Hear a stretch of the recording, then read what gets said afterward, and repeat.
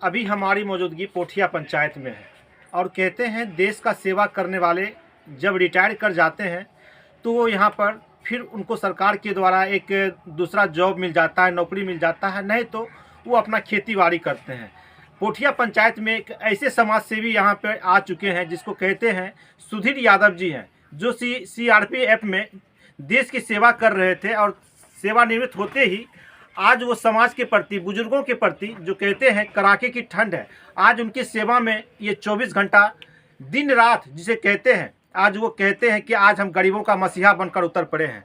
कभी इनकी माता कभी नहीं सोच पाई थी कि मेरा बेटा जैसे ही फौज से रिटायर करके, यहाँ CRPF से रिटायर करके जब घर लौटेंगे तो आज समाज का सेवा करेंगे। लेकिन आपको उस और ले चलेंगे जिस दिव्यांग को यहाँ पर कड़ाके की ठंड में चादर दिया गया है और साथ ही और एक चाची है, इनको भी दिया गया है और उनसे भी जानकारी लेंगे कि शॉल कौन दिए हैं। और साथ ही जो यहाँ पर देश का सेवा करने वाले सुधीर यादव जी, जब कहते हैं जब बॉर्डर पर कोई लड़ाई होती है और वहाँ पर जब उनकी माँ को पता चलता है मेरा बेटा देश का सेवा कर रहे हैं, उस बॉर्डर पे वहाँ पे वो लड़ाई कर रहे हैं, तो उस माँ पे क्या गुजरती है आप सब भी जानते हैं। लेकिन जब बेटा घर आ जाते हैं रिटायर होकर, तो माँ का सीना इतना ऊंचा होता है, वो सोचते हैं कि जिस बेटे को हमने दूध पिलाया आज मेरा बेटा कर्ज चुकाने के लिए मेरे घर आ चुका है। आज वही बेटा जिसका नाम सुधीर यादव जी है, उस सुधीर यादव जी से भी मिलाएंगे। साथ ही जो दिव्यांग को यहाँ पे शॉल दिया गया है, पहले इनसे जानते हैं कि आपको यहाँ पे शॉल दिया गया है तो क्या कुछ कहना चाहेंगे। कौन दिए हैं शॉल, की नाम छिके करो? सुधीर यादव। सुधीर यादव फौजी छले जी। आरो कोई एले शॉल उल देला? नहीं, कोई नहीं। नेता उता विधायक साहब सांसद? कोई नहीं। ठंडा तो खूब लगे छे। हाँ। तो शॉल सुधीर यादव जी देलकै? हाँ। की अपना के लगे छे कि कभी पहले भी एलो रहे? नहीं, कभी तो नहीं आइलो। लेकिन जब फौजी से रिटायर कर ले, रिटायर करला के बाद गांव समाज में अले तो या जैसे सब एक गरीब का, विकलांग का जकरा कहे छे सबका चादर दे दिलो। हाँ, ठीक। तो की ओकरा बारे में कुछ संदेश दै छे, आशीर्वाद दै छे कि हाँ, वो आरो अच्छा आगू बने। चलिए, एक दिव्यांग जिसे कहते हैं पैर नहीं है, जो बैसाखी के सहारे से वो चल रही है और उनका कहते हैं कहीं ना कहीं दुआ सबके साथ होता है। कोई भगवान के रूप में इंसान भी होते हैं। अब ये कह रहे हैं कि मेरा आशीर्वाद है कि दिन दुगुनी रात चौगुनी हो। और एक चाची हैं, इस चाची से भी जानते हैं। क्या चाची, क्या दल के सब? सुधीर यादव, दुर्गा थाना बीच में घर से हमरा से बहुत मन खुश भए गेल छै। कोई आरो कोई दे ले कि नहीं, कहियो ना कोई नहीं, वो चद्दर कभी नहीं दिलको से हमरा से बड़ा मन खुश छै। चलिए, अब कहते हैं माँ के समान चाची होती है, चाची के समान माँ होती है। और माँ जब भी कोई मुँह से सच्चे दिल से दुआ निकालते हैं तो समझिए कि बेटा का आयु ऐसे ही लंबा हो जाता है। और ये चाची हैं, अपना बेटा या देवर जो भी लगे वो उनको दुआ दे रहे हैं, आशीर्वाद दे रहे हैं कि दिन दुगुना रात चौगुना हो। और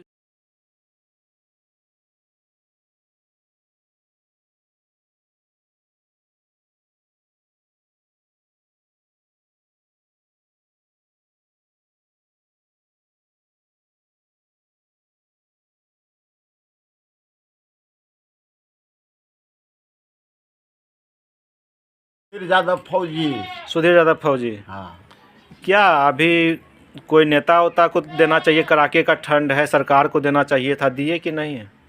अरे कौन है सरकार? सरकार तो हमारा अभी यही हुआ। सरकार यही हुआ। हाँ,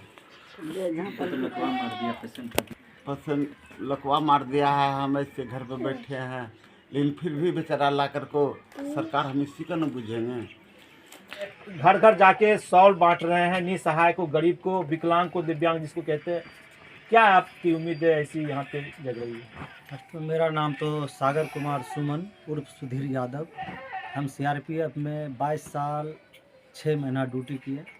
इसके बाद हम अब पेंशन सेवानिवृत्त होकर घर आ गए हैं और हम समाज में घूम रहे हैं। समाज में देखें कि ठंड बहुत ज़्यादा है और हमारे मन में हुआ कि ना, मेरी माँ भी बोली ना, एक वस्त्र हर अगर किसी को दिया जाए तो वो शरीर पे उसे चादर ओढ़ने का काम, शरीर पे बाल ढकने का काम होता है शरीर पे। तो हमने इसीलिए एक चादर सब निसहाय, विकलांग इन लोग को हमारा दिल में हुआ कि नहीं हम अपना दिया जाए। हम अपने तरफ से सबको दिए हैं और मेरा दिल में है कि नहीं हम समाज सेवा करें और आगे हम करते रहेंगे। हर साल बांटेंगे, हर साल देंगे।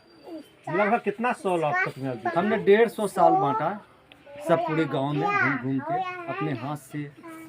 हर किसी को जहां समझ में आया सबको निसहाय को हम दिए। अब देखिए बेटा इसे कहते हैं, जो कहते हैं माँ ने कही।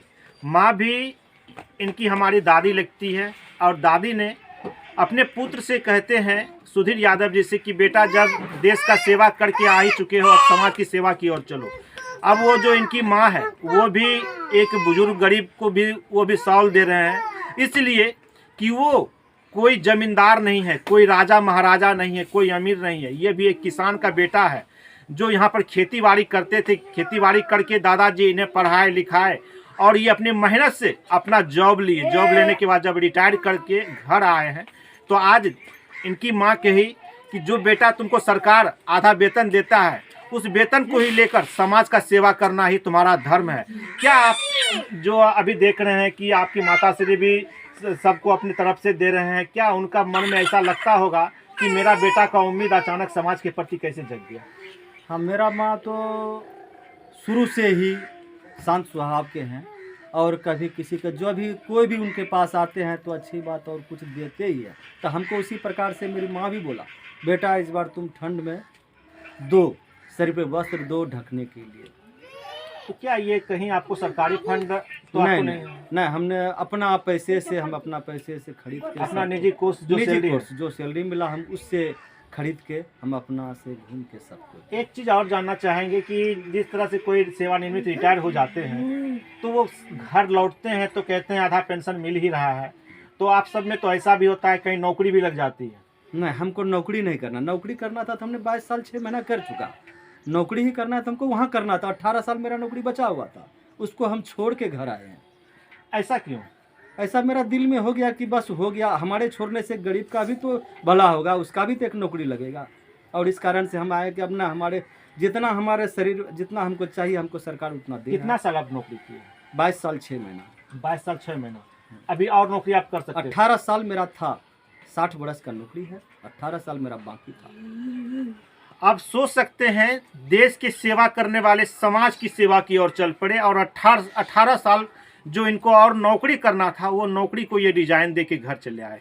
अब सोच सकते हैं ऐसा देशभक्त और कहाँ मिलेगा। और साथ ही निजी कोष से जो सरकार की सैलरी है अब तो इनको फुल सैलरी मिलेगी ही नहीं क्योंकि इनको हाफ सैलरी है। आधा सैलरी से ये जो है वो समाज की सेवा की ओर चल पड़े हैं। और अभी सरकार को जो अभी वर्तमान नेताजी हैं उस नेताजी को गरीब को इन निसहाय को जिससे दिव्यांग हैं उनको इस कड़ाके की ठंड में उन्हें शॉल देना था, अलाव की व्यवस्था करनी थी, लेकिन आज वो नहीं करके आज जो कहते हैं देश की सेवा करने वाले जैसे ही अपने घर लौटते हैं आज समाज की सेवा की ओर चल पड़ते हैं। आप उस तस्वीर को देखेंगे जो यहाँ पर CRPF का माता श्री हैं वो भी एक बुजुर्ग को शॉल दे रहे हैं और उनका पुत्र जो सुधीर यादव जी हैं वो भी दिव्यांग को यहाँ पे शॉल दिए हैं। और आपको तस्वीर दिखाएंगे घर घर जाकर, खेत में जाकर, जिसे कहते हैं कि कौन गरीब है। और साथ ही एक चीज़ और जान लेते हैं, क्या एक शॉल देने के बाद आपकी उम्मीद यहीं पे ख़त्म हो जाएगी या गरीब की किसी का बेटी का शादी हो या मरनी हो या कहीं कुछ ऐसी घटनाएं घट जाती क्या उसमें आप मदद करेंगे या नहीं? हाँ, मदद करेंगे। और हम गाँव में घूम रहे हैं, किसी को अगर कोई तकलीफ है तो उसमें हम बोलते हैं हमें बुलाइए और हम उसमें शामिल होना चाहते हैं और शामिल होते हैं। और सबके साथ हम चलते रहेंगे समाज सेवा जब तक ये जिंदगी है, सबका सेवा में। समाज में कई तरह से बात विवाद बन जाते हैं और जब भी कोई कहीं जाते हैं तो वहाँ अमीर गरीब देखकर उनका ऐसा किया जाता है। हाँ, वो नहीं देखना है। गांव में अगर घूमे सबका बराबर सोचना है। गरीब तो सब गरीब है और किसी को गलत नहीं बोलना है। अगर कहीं कोई ऊंच नीच किसी से हो जाता है उसको आपस में मिला के बराबर करना है। चलिए, समझौता गमों से कर लो, इनका ये कहना है। और समाज सेवी अब बन चुके हैं देशभक्त जो CRPF के जवान सुधीर यादव जी हैं।